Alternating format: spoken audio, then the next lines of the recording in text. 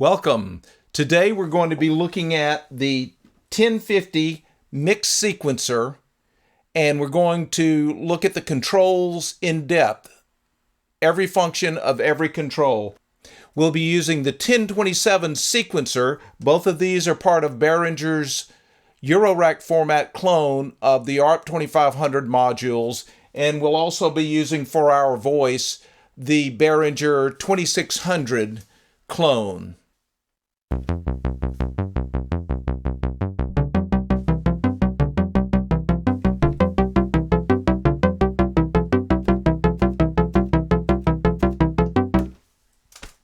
Once we've finished explaining all of the controls and how they interact, we're going to give 3 examples of applications of these two with focus on the 1050 mix sequencer that come directly from the original 2500 ARP owner's manual. There's a link in the description to a PDF of the original owner's manual that's available online from guitarfool.com. Going back a little bit to 1975, my first synthesizer was an ARP Odyssey.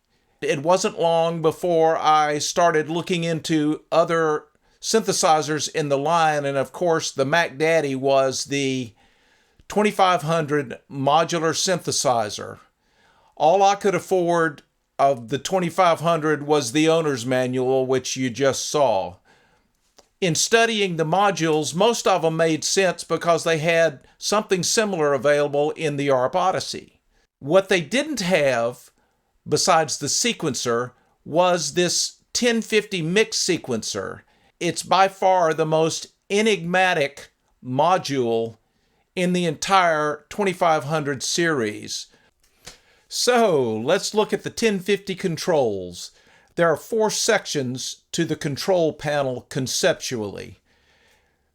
You have signal input and output, gate controls, manual, internal counter, external gate, counter controls to advance the position, that is the gate on position, and this is basically the sequencer component to the mix sequencer. And finally, you have the counter mixer configuration, and this is kind of a system configuration in a single switch. It's a little bit complicated, and this one switch is its own section because of the complexity. So let's look at the signal input and output. You have your 8 input jacks. You have input volume controls. You have 2 output jacks, out A and out B, and you have 2 output master volume controls. And that comprises the signal input and output section. Next, you have the gate controls, and this controls which of the input gates are on. You've got this section right here that allows you to manually enable a channel. You can have multiple channels enabled. These are the white push buttons. You have the exclusive on push buttons, which will select only a single one. These are like radio buttons, so that if you had multiple channels on and you selected a new channel, it's going to shut off the ones that are on. You've also got a manual step control. In order for this to work, you have to have this counter position in some position other than the off position. And you can manually advance what position is on. By the way, this points out a good point.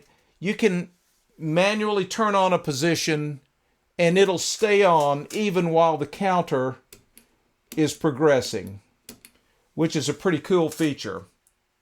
You've got this switch that will enable the external gates, and so whatever channel is on over here on the 1027 sequencer will be the channel that's on in the 1050 mix sequencer. There's a cable behind here that connects these two modules, and you can advance the 1027 and it will also advance the 1050, which is pretty cool. The final control in the gate control section is the external advance input.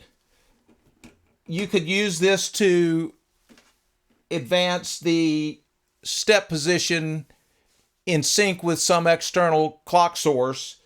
In this case, we've got it routed to the gate 1 position, gate out, so that every time it hits step 1, it's going to advance this sequence.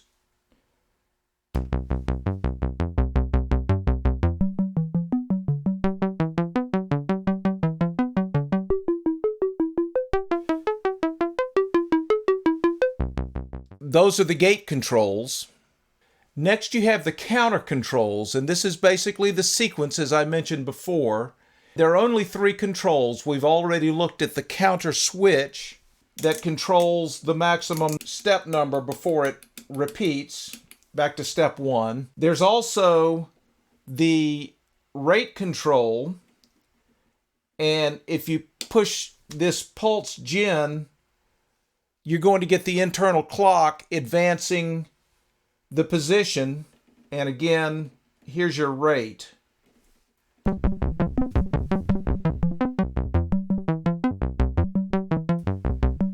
So those are the counter controls.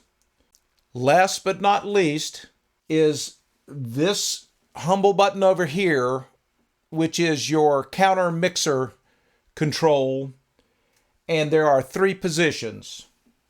In the far right, the counter will advance from position 1 to 8.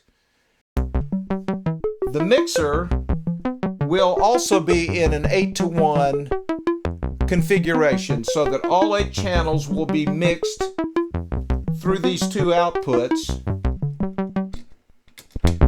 And although the volumes will be different, can be different, the mix is, again, all enabled channels of the 8 channels.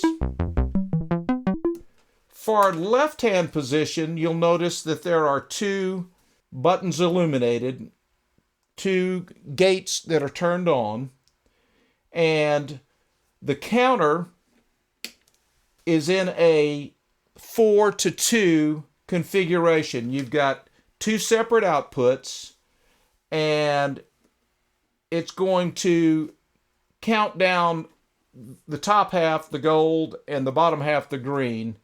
And that's what the counter is going to be doing.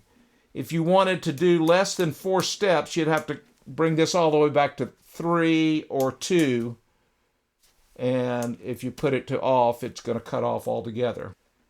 Now, the mixer is configured to have 2 separate outputs. So you've got 2 4-channel mixers, each with its own output. So let's listen to that.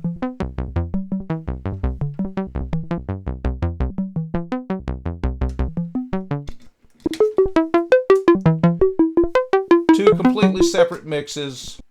What happens in the middle? In the middle position, the counter is still in a 4 to 2 configuration, and you can see this from the illuminated channels.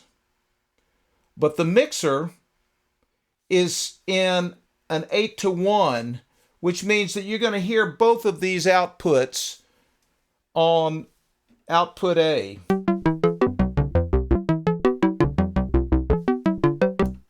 So those are the 3 configurations for the counter mixer. There you have it. All of the controls of the 1050 mix sequencer explained in detail, in addition to some of the interactions between the 1027 sequencer and the 1050 mix sequencer. Next, let's turn our attention to the 3 example applications found in the original 1970s ARP 2500 Owner's Manual.